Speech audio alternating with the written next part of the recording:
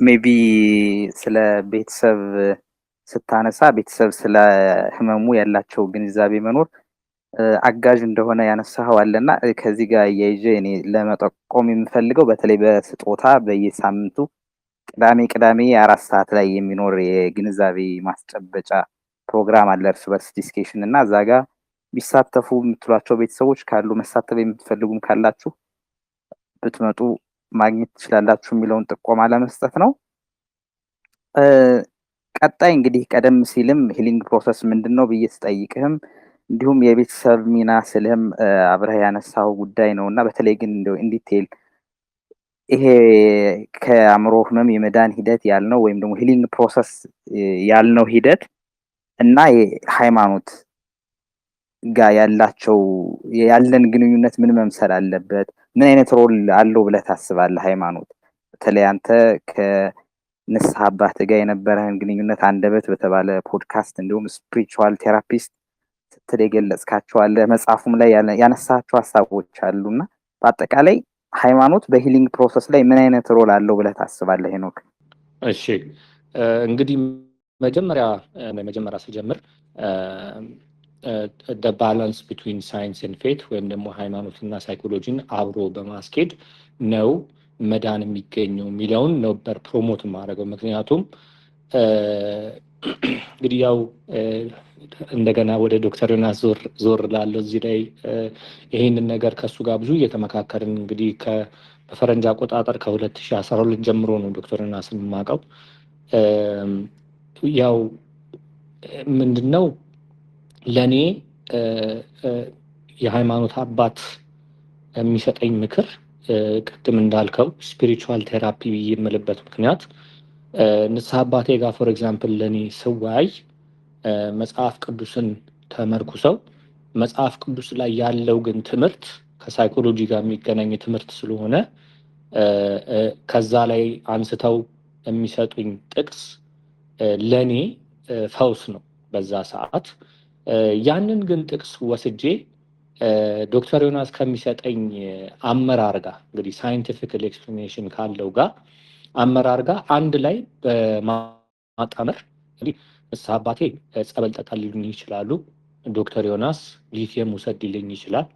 ግን ሊቲየምን ሶስት እንደ ክርስቲያን አማትቤ ነው የምወስደው፣ ምክንያቱም ከእምነት ጋር የሚገናኝ ነገር ስለሆነ ማለት ነው።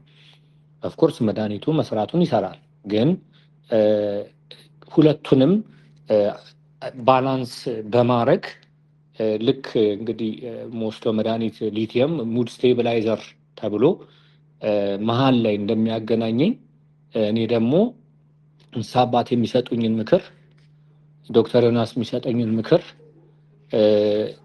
ሰፖርት ሲስተሞቼ ቤተሰቦቼ ደግሞ የሚሰጡኝን ምክር አንድ ላይ በማጋጨት ነው ትክክለኛውን መዳን የማገኘው ብዬ ነው የማስበው። እና ይሄ በክርስትና ብቻ አይደለም፣ በእስልምናም ሊሆን ይችላል።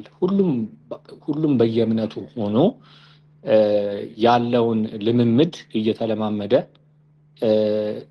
ከመድኃኒት ጋር ከሜዲቴሽን ጋር ከቴራፒ ጋር የሚሄድ ነገር ነው፣ የሚጣላ ነገር አይደለም። ሁሉም ሃይማኖትም እምነትም ሳይኮሎጂም አንድ ላይ ነው የሚሄደው ብዬ ነው እንግዲህ እኛም ማይንድ ዊስፐር ላይ ስናስተምርና አዌርነስ ስንሰጥ በዚህ መንገድ ነው ግንዛቤውን የምናስጨብጠው እና ለእኔ በጣም ሴንሲቲቭ ነገር ነው ብዬ ነው የማስበው።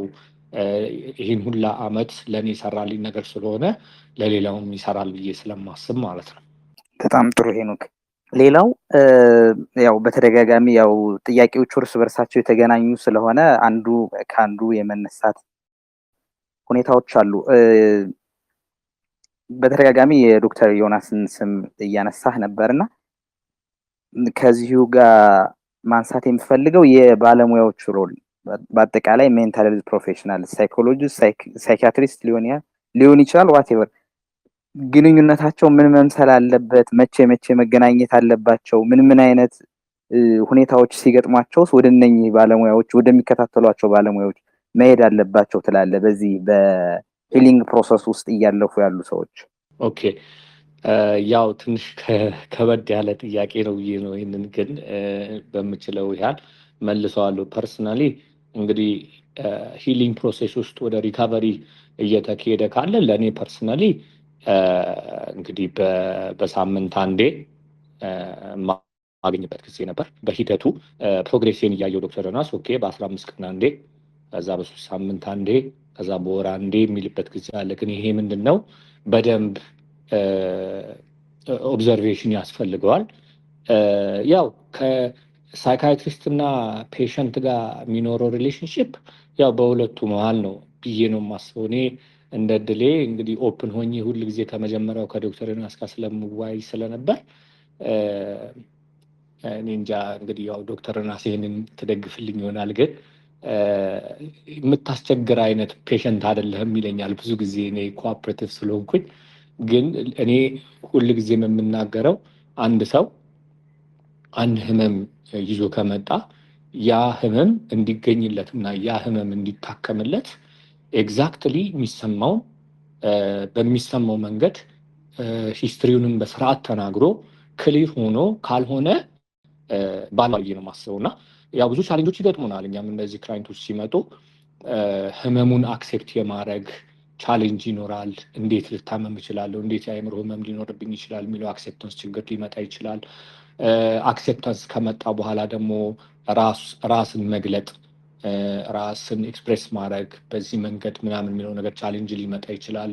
ብዙ ፋክተሮች አሉ ብዬ ነው የማስበው። እና ለእኔ ፐርሰናሊ ለባለሙያ ሲቀረብ ለእኔ ይሰራልኝ ሙሉ ለሙሉ ያለንን ሂስትሪ ግልጽ አድርጎ መናገር፣ የሚሰማንን ህመሙን ሁሉንም ዲቴል በግልጽ ከሳይካትሪስት ጋር ከሳይኮሎጂስት ጋር እስከተነጋገርን ድረስ ወደ መፍትሄው ለመግባት የሚከብደን አይመስለኝም። ግን ያው እኛ ሀገር እኛ ኮሚኒቲ ላይ ቻሌንጅ አለው ከመቀበሉ ጀምሮ ህመም አለ ተብሎ ከመቀበሉ ጀምሮ እስከ ራስ መግለጽ፣ ከዛ በኋላ መደባበቅም ሊሆን ይችላል፣ መፍራትም ይመጣሉና ያው የሳይካትሪስት እና የፔሸንት ወይም የሳይኮሎጂስት እና የፔሸንት ሪሌሽንሽፕ እንደ ሁኔታውና እንደ ግልጽነቱ ማተር ያደርጋል ብዬ አስባለሁ። እሺ ቴንኪው ሄኖክ። መጀመሪያ አካባቢ የተናገርካት መውደቅን ማወቅ ያልካት አይ ቲንክ በጣም ፓወርፉል የሆነች ገላጭ የሆነች ሀሳብ ናት ብዬ አስባለሁ በዚህ ጉዳይ።